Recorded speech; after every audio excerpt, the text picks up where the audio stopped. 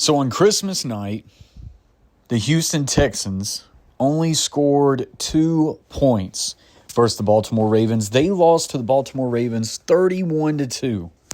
The Texans seem to be going the wrong way, and Cj Stroud is in the middle of a sophomore slump, majorly. We're going to dive into some of the plays of this game and just see what is going wrong for Cj Stroud and this Houston Texans offense. I do want to throw this up real quick in comparison to last year. Every single one of his stats are worse. Completion percentage 63-62, passing yards 4,100 to 3,600, yards passing attempt 8.2 to 7.0, passing touchdowns to interceptions 23-5 to 19-12. But the biggest one of all to me, sacked 38 times last year to 52 this year. It has not been good up front for Cj Stroud. And starting off with a bang right here, he gets sacked. I'm going to show you from the end zone copy. This is terrible by his right guard. Now, the Texans were down 2 offensive linemen starters in this game, and boy, did it just get even worse. Right here, the right guard and the right tackle are facing an X-stunt. An X-stunt is where this interior defensive lineman, he's going to start straight, and then he's going to bounce to the outside, and it's going to allow this wide 9 technique to scoop underneath. Now, as soon as this right guard makes contact with the defensive tackle, he's got to notice that he's going outside, and the outside wide 9 technique is now starting to twist underneath. He's got to pass this guy off to the right tackle. Does he? Heck no. And that is your franchise quarterback getting popped right in the midsection, and you're having to pick him up. And by the way, the right guard who completely blew that up did not even pick his quarterback up. To me, I wonder if that's signs of something in the locker room right there. If I'm another offensive lineman, I'm pissed off. Or if I'm the quarterback, if I'm Cj Stroud, the least you can do is at least pick me off the turf as you just let that guy come right on through. I digress, and let's move on to the next. Right here, Cj Stroud's going to be working the right side of the field for a smash concept. It's got an in-breaking route, and then he's got a corner route. Post-snap, the defense will go from 1 high safety to 2 high safety and play a version of cover 2. As soon as Cj Stroud recognizes that this corner is playing the hard flat, he's got the corner route if he places this ball where it needs to be. This right here is what you call butt-ass wide open. Right here, you cannot get more open than this in the NFL. And Cj Stroud last year would hit this throw multiple times, and he's done it in this year too. But he has missed this throw so many times this year, and he oversells this. And this is an easy first down versus the Baltimore Ravens right here early in this football game. And this is a bad miss. Watch it from the end zone copy. See what sort of pressure we get. Really good pickup there by the running back, and this is a clean pocket this time from the offensive line, and there's no reason why Cj Stroud sails this ball over top, but he kind of just nonchalantly throws this. He doesn't really step hard into this ball and just sails right over the head. That's a bad miss by Cj Stroud. Right here, you get cover 1, and they are bracketing the slot right here, Nico Collins, which is primarily the number 1 target for Cj Stroud. They got a defender on the inside, the outside, and you got deep, high safety help. And this has to take away some of the eyes of Cj Stroud.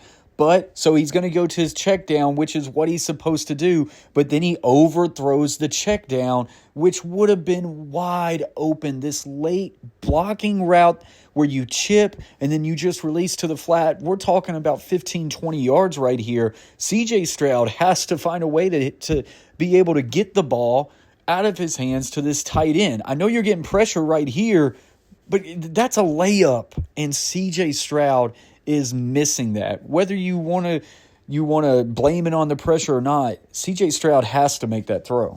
Real quick, guys, if you're enjoying this content, if you're getting any sort of value from it, hit that subscribe button, join this team. We are inching closer to 10,000 subscribers, and I appreciate you guys for it. So we're talking about layups right here. Look at this deep, softened cushion corner we have here.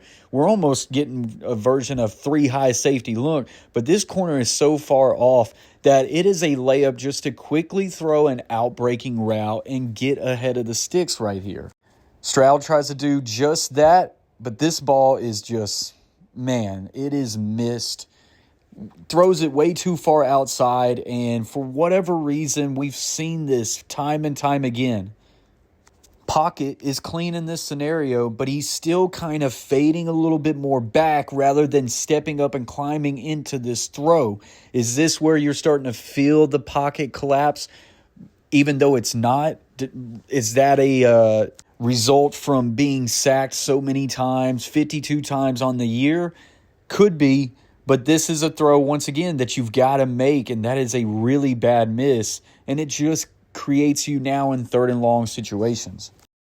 So a little bit later, we find ourselves in a critical 3rd and short right here, back on their own 45. It's either 3rd and short or this is a 4th and short play. You get basically, it looks like cover one man, one deep high safety, everybody else is locked up. They are going with an outside zone RPO. So the running back can hand it off to the running back for outside zone, or he's got 2 slant routes off the backside for an RPO read. This interior slant route, you're going to be eyeing the inside linebacker. If you think your slot receiver can beat the man coverage with a slant route, which he should, you're keying that linebacker. Does he play the fit of the run? Replace him. Does he hold back? That's one less body for the run. You should just hand it off at that point. Linebacker fits, CJ pulls, but CJ does not throw, and he's eyeing the backside receiver who gets jammed. And on this RPO, you really need to be reading it inside to out. You don't need to be reading it outside to in. See it from the end zone copy right here. I'm trying to find it. It looks like 49. We can see all key factors from this end zone copy right here. 49 is your key defender that you are trying to put in conflict. You're trying to hit a quick slant with the slot receiver, but for some reason he's got his eyes to the outside. You'll see it right here. This linebacker is going to fit into the run. The slot receiver has inside leverage. This ball should be out right now, and it would be a completion for a big first down. Instead, he doesn't throw it. He finds himself in trouble, scrambling for his life and taking a very critical sack in this game. And it's just a bad read. I don't know what caused him. Maybe it was Nico Collins out there and he's getting locked up on that outside receiver, but he's got to read inside to out on that sort of scenario. A little bit later in the game, they try to take a vertical shot, which happened and was a great play for play action for them last year. And the right tackle, it's actually the right guard, once again gets whipped in this play. He has no time to step up and throw. He tries to avoid the pressure and ends up just falling down to the ground as he was not able to get anything onto it. Watch right here. The right guard is going to get his tail completely whipped. I'm even going to slow it down for you to watch this right guard just get demolished. Gets too high on this pad level. Defender is able to swim over top, and now he's got a free rush to Cj Stroud. And they had people open down the field, but that one's not on Cj Stroud. That is a product of a terrible offensive line. First drive of the second half, Texans need a big drive to have a chance to come back in this game. Flushed out to the right, and now this is where Cj Stroud makes his big mistake and he throws a pick. He scrambles, releases outside the pocket. He's got a deep crosser route that he's trying to find, but there are 3 defenders. You got an inside leverage, safety over top, and then the corner falling off the backside, and he throws this ball low, short, and inside, and it just is something you cannot do. And Cj Stroud has been making these mistakes too many times this year. Has to be a byproduct of the pressure that he has seen. But this ball is just way vastly underthrown, and it now costs him an interception. And at this point, all hope was lost for the Houston Texans. Now, look, it is not all on Cj Stroud. This Texans team is not as good as what people have thought. They've had some injuries. Of course, Tank Dell going down, offensive line. They can't run the ball unless they play some of your worst run defenses in the NFL. And anytime you cannot establish a good run game, that's going to hurt your play action. And then on top of that, now defenses get to just pin their ears back and rush. And you're seeing Cj Stroud not be as confident, second-guessing on some of his throws, and he's flat out missing people now. The Texans, they win their division. Congrats, you're in a terrible division. They're going to have a home playoff game.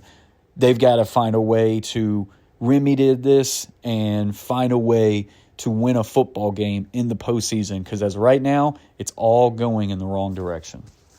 Watch this next video, and as always, stay humble, stay kind, peace.